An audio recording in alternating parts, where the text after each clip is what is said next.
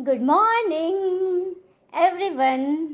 आज की हमारी प्रेरणादायक कहानी का शीर्षक है सोच का असर। चलिए, हमारी सोच कैसे हमारे जीवन में कितना महत्व रखती है उस पर हम एक प्रसंग सुनते हैं। तो एक बार एक माँ अपने छोटे से बच्चे को लेकर कहीं बाहर जा रही थी।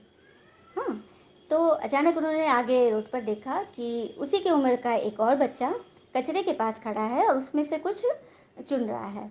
तो उस माँ ने अपने बेटे से बोला कि देखो बेटा, नहीं पढ़ोगे लिखोगे ना तो ऐसा ही बनोगे।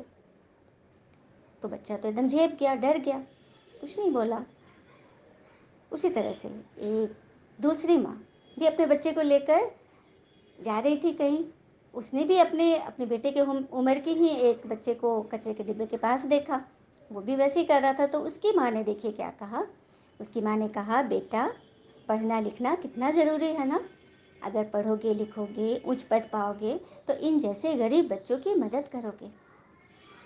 तो देखिए, सोच से घटनाएं सेम थी लेकिन सोच से कितना फ़र्क पड़ गया। एक सोच ने दुनिया से लेना सिखाया और दूसरे ने देना।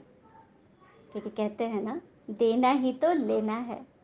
प्रकृति की तरह सदा निश्चल निस्वार्थ भाव से देते रहिए। और देना सिर्फ वस्तु की बात नहीं है। आप किसी को खुशी, शांति, आनंद भी तो दे सकते हैं ना। मन से दुआ भी तो कर सकते हैं ना। और दुआ और बद्दुआ के बारे में भी तो हम जानते ही हैं। कभी कभी ऐसा होता है ना कि हम, बहुत बड़ा कोई ग्रह आने वाला था, हाँ बहुत बड़ा एक्सीडेंट हुआ, लेकिन बस थोड़ा सा कट कर रह गया। तो उस वक्त मुख से क्या निकलता है, लगता है किसी की दुआ लग गई। बहुत बड़ा घटना होने वाला था लेकिन बच गया।